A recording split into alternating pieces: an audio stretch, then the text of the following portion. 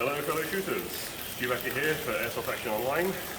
VFC, Vegas Company, have been kind enough to loan me their prototype for the Mark 48 AEG LMG. So, we're going to use it today, and I'll give you an introduction into it. So, mostly aluminium construction, very lightweight, easy to carry around, compared to some of the competitors, which are all steel, things like that. It's much lighter, easier to field and use all day if you're a milsimmer. So, starting at the front, muzzle device can be unscrewed. You can put a tracer on there, a silencer if you really wanted to, although I think a tracer is probably a better option, especially for night games. That'd be pretty awesome to have 800 rounds a minute lit up. Main barrel itself, aluminium construction, again lightweight. It's parkerized, well anodized to look like parkerization, so it gives you the appearance of steel, but without the weight. The collar over here on the carry handle is full steel, and the carry handle itself. You can put it back or lock it up. So pulling it rearwards unlatches it, you can move it around, or you can lock it in the upward position so it can carry it easily. Very lightweight by comparison. So I'll pop that down. Front sight, like the real thing basically, you can get hold of real steel adjustment tools. They don't supply one with it, but if you have one, you can adjust the front sight for elevation. Bipod, full CNC steel components. So pretty hefty, sturdy. It has 3 adjustment lengths. Push in the spring steel piece on here, and you can slide the outer sheet of the bipod up and down to one of 3 positions. Especially useful if you've got the box mag fitted, you probably need it all the way out because the box mag is quite big. So if you're laying it down or if you're using it in a pro position, you probably want to extend it all the way. To deploy the bipod, or even want to put it back into place, squeeze together, lift up. If you want to deploy it, you can just push it out. You can also put it out front ways if you want to keep this area free for your handguard, and then pull it down easily and go into deployment. Mounting point, as per the real thing, there's a trunnion piece back here, so you can put it onto a fixed tripod or a vehicle mount, something like that. Triple rail system, underside, both sides. They put an LA5 unit on here for aiming at the moment. To the rear, the charging handle is cosmetic technically, but then it also has this cosmetic ejection port cover. The BB system is in here. There's a little hole there that stops it. So VFC recommend when you're playing a game, charge it realistically at the start of the game, leave this open throughout play. At the end of the game, close that up. Okay. Top cover, we've got an Elcan replica on at the moment. Perfect for this kind of look in this weapon system. Very good optics, very good for range work. Rear sight, like the real thing, flanked by the protected wings. You have left and right wind adjustment dial at the back, and range lifting adjustment at the rear. So top cover, the 2 bits at the back, squeeze them together. Top cover opens up. It does latch on this part at the front with some weight, but if you shake it around a bit, it will give way. So it's best to use that when you're stationary, you've got it on the bipod. Moment. So it latches on this pole here, which locks into the barrel retention latch as well. So lift that up, keep that there. Loading it, there's an 800 round internal magazine, which is fed through the top here. It also extends out underneath the barrel through the fake gas system, so lots of ammunition stored in the gun to start with anyway. So load that, there's a small slider here. Pull that back, it opens the rear hatch here. Pour your ammunition in so it's full. You can either manually press the button at the rear, or when you close the top cover, it will press that anyway, closing off the system. The deluxe version comes with the box magazine. It's got battery contacts on the top, so when we fit it to the weapon, it will draw power from the same battery in the rear, and mechanically electrically wind the magazine for you. Feeding through your standard kind of hose thing, which will attach on this port at the front here and fill up the internal magazine. So even if you're using the box mag, the internal magazine is used first, and then this resupplies that basically. Along with that, underneath here, between the top of the magazine and the gearbox, there is the deluxe edition has an electric hammer assembly, which interfaces with the piston on the gearbox, goes backwards and forwards, giving you that recoil feel, as well as moving the pawl on the feed tray, which, along with the fake rounds, basically gives you the jiggling function of the ammunition belt. So you can push this tab here and pull the fake rounds out. That gives you access to the entry port and filling port for the box magazine. 8,000 rounds of ammunition in a box magazine, plenty even for the most vociferous gunner. So they've told me you'll probably kill your battery before you kill the magazine. So go ahead and put it on, slide it on, snaps into place, pull that down, it'll come off. So make sure it's got good contact with that, connects into the system there. The hose, slides on, this little tubing goes over like that, now it's going to feed into there. Fake belt of ammunition, so nose it in under that catch. There we are. And the hole goes over the pole, obviously. Okay, like that. So it's going to do that when it's firing. Close it up. Full grip. Reinforced nylon fibre, like the real thing, as is the buttstock. Both of these are basically copies of the original. If you have real steel furniture and the need or the want to, you can put it on there. You can put real steel pistol grip and real steel buttstock. At the moment, VFC do not make the Para telescopic buttstock, but if you have a real one, it would be compatible with it. So you might bring one out depending on demand, but at the moment you get the fixed buttstock with a battery compartment in it. If you're in a Para stock, you might have to front wire it and put a PEQ box with a battery on it to run it. Something to be aware of. Battery compartment at the rear, usual pull back, open up. It feeds off jeans connectors, batteries, but you also get an adapter for it to feed with mini Tamiya's if that's what you've got. So pack that back up in there. Between the battery and the gearbox, there is a small internal electronic system, so when you pick the battery you'll hear a beeping. That's basically the detection system just to load this up.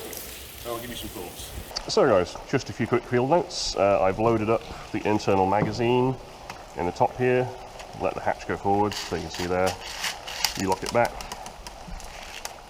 push that down, it feeds in.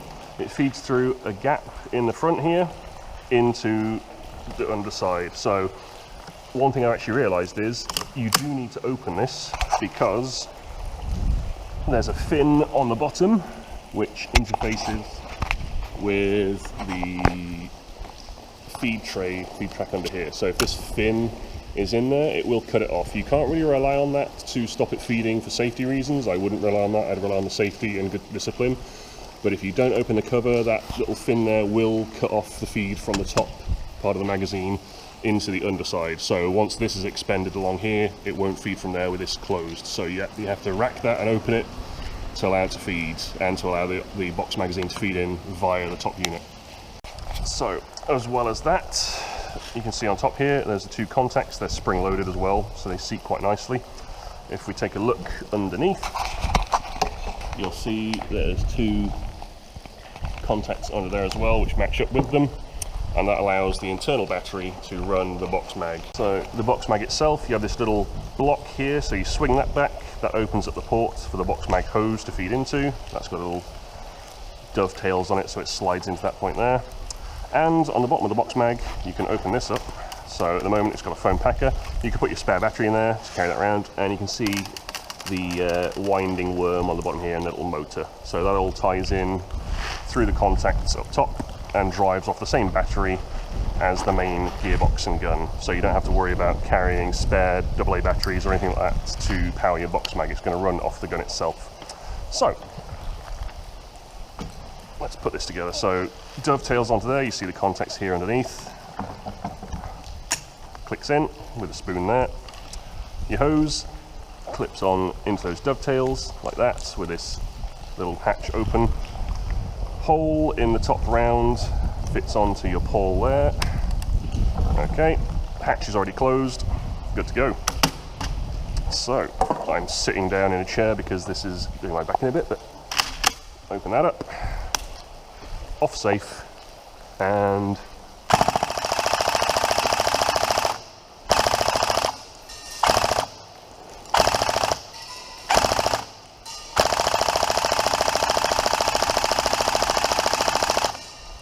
you can hear it's hitting pretty easily on that. In the distance, just about reaching the chair, there's water splashing up in front of it. So with the hop adjustment, you can access it through here, in front of the screw there, clockwise for increasing it, or making it very easy to do modifications on the barrel. If we stand up a minute, get this open. So barrel latch here, push that back, forwards, and you can see the whole barrel assembly comes off very easily. you've got a 5/64 inch roughly grub screw on top here to adjust your hop. You can get in and see the hop clearly, do any maintenance, easily change the barrel and hop rubber. Very, very simple setup. You can see under here as well where the ammunition is. So as it feeds down through the side here, it'll fill into this space as well. So you've got this magazine basically in the gas piston system. Okay, so we'll go put this back on. So line up the gas piston at the front and give it a good clunk, and it's back in engagement. So again, cock it with a cosmetic charging handle, your ejection port cover comes up, the feed system can then engage. Still off safe, okay.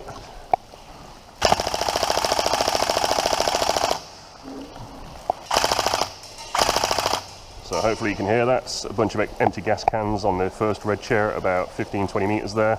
Very good tight grouping on it.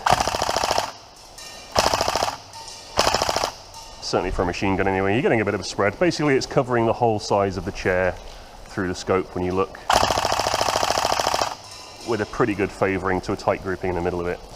So again, you're getting quite a good arcing trajectory if you're looking through the scope, so you'll have to mess around with your hop settings, try and get it bedded in, working at the kind of range you're comfortable with. So I can see the rounds are landing all around the bottom of the chair, but again, a wider spread of that distance.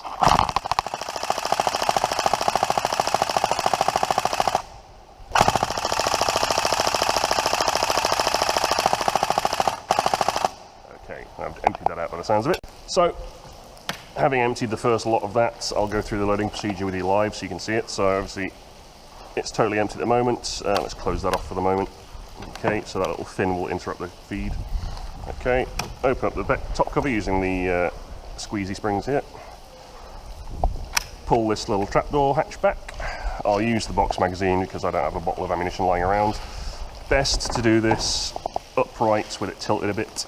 So feed in from here, you can see the BBs are feeding down here. So observe, when you pull the cocking handle back, it opens this up, takes that little fin underneath out of the path and allows these to feed through. So if you don't do that, you won't be able to feed the ammunition from the top section of the magazine into the bottom section.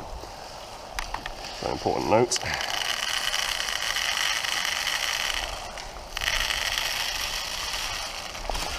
Give it a bit of a shake sometimes helps. Try, make sure you keep control of the top cover. You don't want it flapping around and getting your fingers. Okay, so yeah, you do need to give it a bit of persuasion just because you've got to feed it through that narrow passage into the front underbarrel compartment. Put some more in.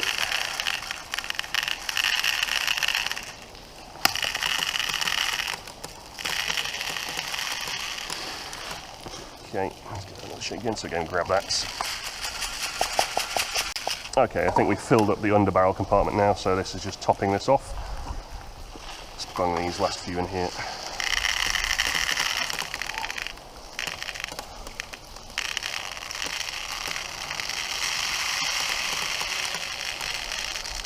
Okay, right, so be careful not to overfill it too much because this hatch has to close. So just poke them down in there a bit. Push the button here to release it, there we go. Right, so your top section is pretty much full. It's allowed the ammunition to go down underneath and fill up the section under the barrel. So you've got your 800 rounds. I'll go ahead and fit the magazine back on. Watch your top cover again, don't let it close on you. So, dovetail goes through, clicks in, make sure your little hatch is back. Slide this on there. So, this part of the fake round goes into, nose is under the little catch at the front here that retains it, so put that in like that. Under, okay, and over the pawl again with the back end of that. Okay, good to go again. So top cover down, make sure we're open, we are, off safe, and away we go.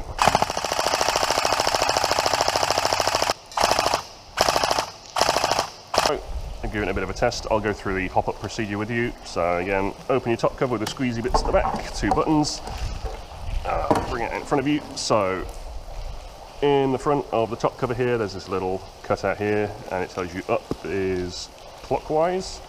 I've already ratcheted it pretty much too high, so I'll bring this down a bit. So I'm using a 5/64 inch Allen screw, Allen key there, so turn that back down a little bit so you can hear it clicking. It's pretty positive at least, so take that out. Close your top cover, off safe, get sights on again, see where it is now.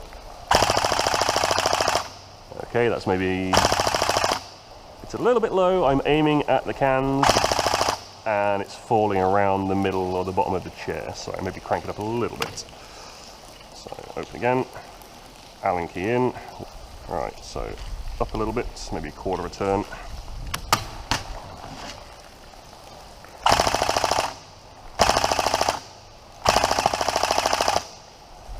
Again, it's around, you just hear one can hit there on the blue. So it's getting there, it's falling around the bottom of it a bit. So let's give it a little bit more and see if we can get out to that middle chair at least. Okay, so there. Another quarter of a turn or so. A couple of notches. There's some nice tactile notches, so you can probably count if you have to as you're tuning it. Okay, that's way high now all of a sudden, so back it down a little bit. So maybe take it back 5 notches, an 1/8 of a turn or so.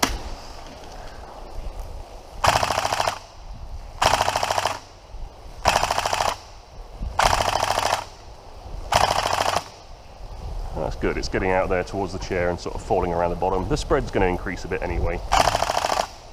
If we go back to the closer chair, plenty of hits at that rate.